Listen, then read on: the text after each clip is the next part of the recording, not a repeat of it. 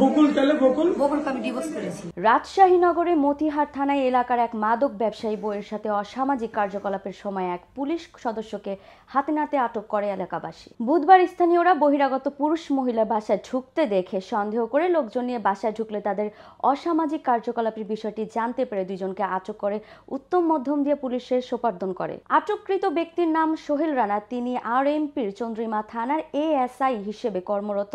আর ঘটনা ঘটেছে মতিহার থানায়। স্থানীয়রা বলেন এই মেয়ের স্বামী জেলে থাকার সুযোগ নিয়ে এই পুলিশ এমন ঘটনা ঘটিয়েছে। জেরার মুখে সোহেল রানা বলেন তার গ্রামের বাড়ি বগুড়া, সেখানে তার স্ত্রী সন্তান আছে। এই বিষয়ে জানতে চাইলে মতিহার থানা অফিসার ইনচার্জ আব্দুল মালিক বলেন এএসআই সোহেল রানা থানা হেফাজতে আছেন। বিষয়টি ঊর্ধ্বতন কর্তৃপক্ষের জানানো হয়েছে। ফেসবুকে ভিডিও ছড়িয়ে পড়ায় পুলিশের ভাবমূর্তি ক্ষুণ্ণ হয়েছে। এই জন্য কর্তৃপক্ষ এএসআই এর বিরুদ্ধে ব্যবস্থা নিতে পারেন।